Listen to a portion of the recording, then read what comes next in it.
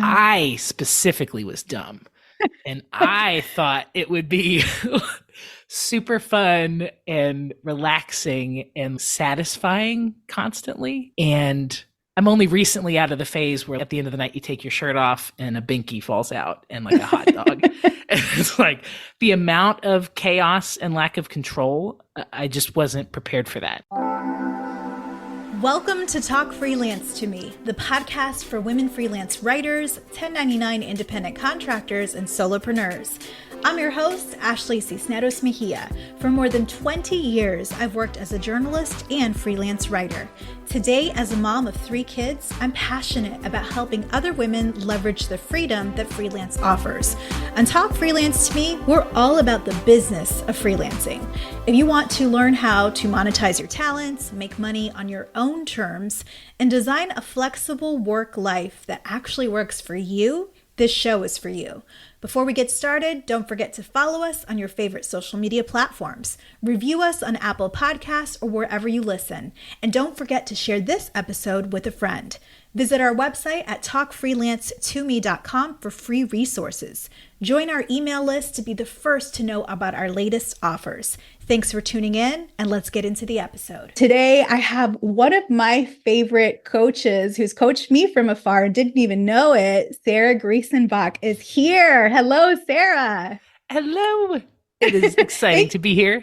I'm so happy you're here. And thank you for being flexible and for being willing. I know you're super busy, so thank you. This is really meaningful to me. So Sarah, freelance fan, I'm going to read to you, like I always do, a little bit about Sarah's bio so you can get to know her more. Sarah Greesonbach is the founder of B2B Writing Institute, a rigorous training program that prepares writers for a vibrant career in B2B. Since 2013, Sarah has operated B2B Content Studio and invoiced more than $1 million as a freelance writer. Go, Sarah.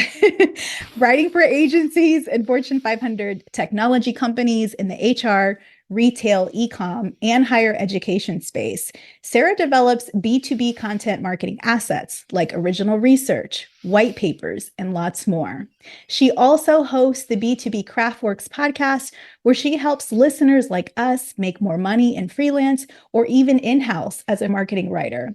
Sarah, thank you for being here today. How's it going? Hey, I'm jazzed. I'm doing surprisingly well, so I knew I just had to talk to somebody. To be you. Thank you. And speaking about doing well, it's hard sometimes for us parents, especially the moms. I know, every situation is different, but I feel like sometimes, a lot of times, the moms tend to be the default caregiver, whether we have small kids. Like I know you have young children, I have young children, and even some of us that also have elderly parents, aging relatives, where it's hard to do everything well or to feel like we've got everything under control. I love how you talked about this. Anybody that's followed your work for the last couple of years, they would know that you've shared about these challenges of being a creative professional when you're doing something that requires deep work like writing and parenting. How are things for you currently? How has your approach to balancing work and parenting evolved over the years? Well, I already made this joke in the green room, but have I shared or have I wailed and gnashed my teeth loud enough that enough people are shouting back? I think I've just had to compulsively share about it because becoming a mom has been such a hard introduction to me. I'm trying to think of a way to say this that my kids could listen to this in 10 years and not have a conversation with me. Yeah. Because I love them and they're my soulmates, but it's also like the loss of ego and the loss of dignity and the loss of physical and temporal space has driven me near insanity for the past 6 years. I have a 5-year-old and a 6.5-year-old, and being able to share about that and just hearing so many people echo that back to me has been, it makes it possible to keep going. Yeah. All of that. I second all of that. Yeah. I have a 9-year-old, a 6-year-old, and a 4-year-old.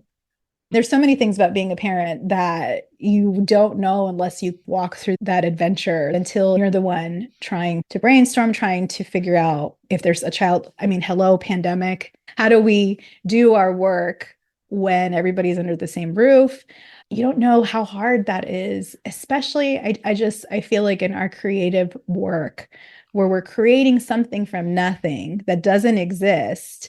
I feel like it's even harder, maybe because of the emotional presence that parenting takes. That's something that I definitely did not understand. I was uniquely ignorant about parenting because I wouldn't want to say no one knows what it's like until they do it, because that could make people feel like I'm calling them dumb. Yeah. I specifically was dumb. And I thought it would be super fun and relaxing and satisfying constantly. And I'm only recently out of the phase where at the end of the night you take your shirt off and a binky falls out and like a hot dog. And it's like the amount of chaos and lack of control, I just wasn't prepared for that. And especially just as I've learned, I'm a person who really thrives when I have control, or at least the illusion of it. And it was just a very dramatic change for me. I feel the same way. And I think for me, the lack of control and surrendering, or maybe it wasn't even me surrendering, it was them taking that control from me and not allowing me to have it. That was a lot. I feel like I've always wanted to be in control, and motherhood or parenthood is you are not in control of anything. If the school says they're closed, or if one of the kids gets sick again, that if your one of the whole kids, plans. Oh my gosh. if one of the kids realizes their favorite Lego will be home with mommy and suddenly is going to have a tummy ache and can't go. Exactly. Exactly. You have to change everything, your whole work schedule, your whole day. Yeah, my 4-year-old told his VPK teacher that he is planning to be tired, that he has planned tiredness. So look out, teacher, because he's just giving everybody a heads up. So I don't know. Strategic. Yeah, and before we scare everybody away from having kids, I do have to say, like, I was dumb before and probably pretty intolerable. So the process of surrender, I think that's been a really important personal journey for me. It's just been agonizing as well. So both things are happening. I'm really pleased with the person I am becoming because of this. And also, I had no idea. Yeah. I had no idea. I had no idea either. And I feel like there's certain skills that, we all have our gifts in life, skills that come naturally to us and skills that we might have to learn and cultivate. And for me, yeah. I wonder, have you done any Enneagram stuff?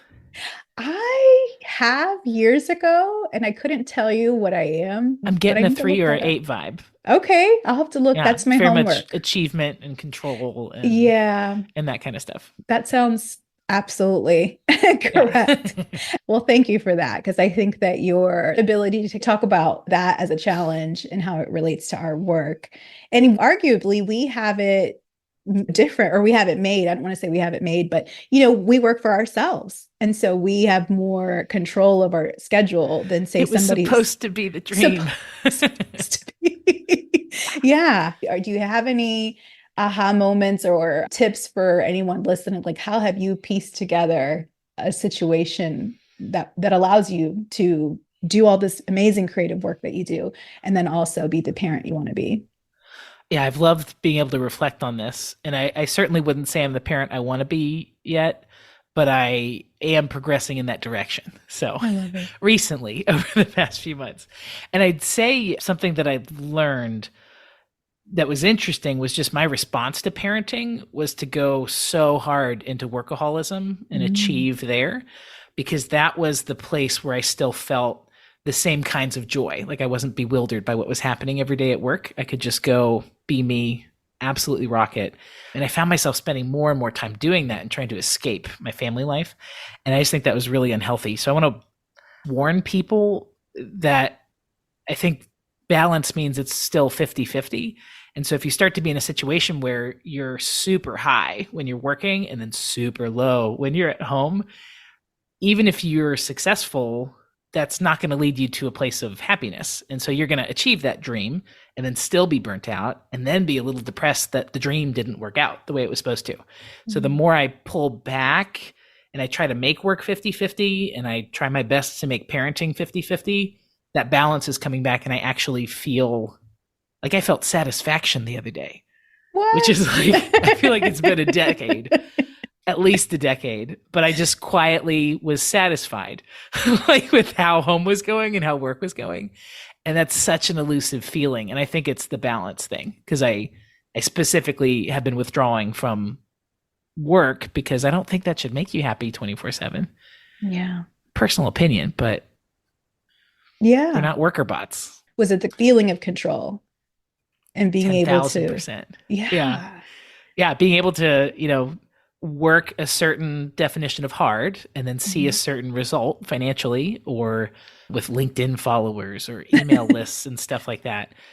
To feel like there's any kind of give and take that you do not get from parenting because it's just give, give, give. That was very satisfying and very distracting. Yeah. That I relate to that so much. I think I'm figuring that out. I think the investment that we put in the kids and the giving, hopefully we'll see it later when they're these great human beings or great older human beings. Because I think right now they're probably great too as they are. I had to learn I'm kind of an older kid mom. I think there's a couple of us smattered around the world. And it's like every day after 5 for both kids has been just the joy magnifies. And I can really appreciate who they are. And spending time with them or just watching them draw something is actually a highlight of my day. And I think it's just maybe it's a certain personality or temperament where the toddler years are especially difficult. Yeah. Because some people are baby people. A friend of mine posted something about that she felt like her husband was more of like the baby parent, that was good with the physical aspects. And that now what you're saying, that she's able to relate to her son more as he's grown intellectually, as an older kid, I guess. So yeah, I think there's something to that. And there's going to be some loss if you're a baby parent and your kids keep growing up. Like you're going to have maybe that stress on the tail end instead of at the beginning. So interesting. You've given me a lot to think about, Sarah. A lot. Mission accomplished. Boom. Yes, check it off. I've also, so in addition to first of all, this craft, writing and business. I talked at the onset of our conversation about, you're talking about the intersection of parenting and in business. Is so interesting. I also love what you've shared about protecting your headspace, about mindset in terms of like your business, how you want to create it and plan for it, but then also just your mindset as a person. So right now when we're talking, it's January 2024, and I always feel interesting around this time of year because at the end of the year, you hear everybody doing their recaps and their wins. And if you hadn't had the best year, you might feel bad about yourself thinking like, I didn't achieve everything I wanted. And then now you have the whole, it's new year, new me, and everybody's talking about their goals. And if you're still finding your footing in your business, you can question some things. How have you taught writers to set goals for themselves, but not get caught up in this comparison trap? Well, first, I'd say subscribe to my email newsletter because when I share a recap, it's a list of all the ways I've failed and the terrible things that have gone wrong all year. I think that's more my way of processing the grief of every year is what it feels like. And what I recommend for people is just to remember that comparison is the thief of joy, and it's inaccurate and it's a lie, and it comes from fear. And all of us feel that fear, but some of us have stronger mental barriers to push the fear away and lean into the opposite of fear, which is going to be gratitude and abundance and stuff. Because I have very similar feelings when I go on LinkedIn and maybe see coaches, going viral or people getting published in the news. And my first instinct is like, oh, none of that's happening for me. I must be a pack of garbage if they came in packs. I guess it's more like a bag of garbage. I'm some kind of garbage. And maybe I should just quit. Maybe this is all over. And I have to catch myself and observe that process and then like force it away and either unfollow those people if the feeling comes up too much or just log out of LinkedIn and not pay attention to it. Yeah, that's such good advice. Such good advice. A couple weeks ago, you posted some pictures, some glamour shots, some headshots that you had purchased early in your career, and they were Gorgeous. You were talking about your post that went along with it. You were talking about advice that you would have given to yourself at that time. You've also talked in other conversations that I've heard you, maybe it was your podcast, talk about being more vulnerable and finding your voice. What tips do you have for other writers who are trying to find their sweet spot and how they present themselves professionally online, but still remaining authentic? I would point out just to be careful about who you're learning from or who you're modeling yourself after. Because, for example, my content, I'm really focused on marketing to other writers and building that trust for the coaching relationship. And that's why I'm going to be sharing things about vulnerability and those photo shoots, which I was so embarrassed about 10 years ago. And then today they look fine. So it felt like a personal growth thing. And I think for writers, we don't actually have to be as vulnerable as other people might need to be. I think it's more about sharing your unique perspective and being willing to be present as a person and connect with other people and have a relationship. Absolutely. That's so good. You talked a lot recently in your podcast about thought leadership and really in the context of doing thought leadership writing for clients, for executives.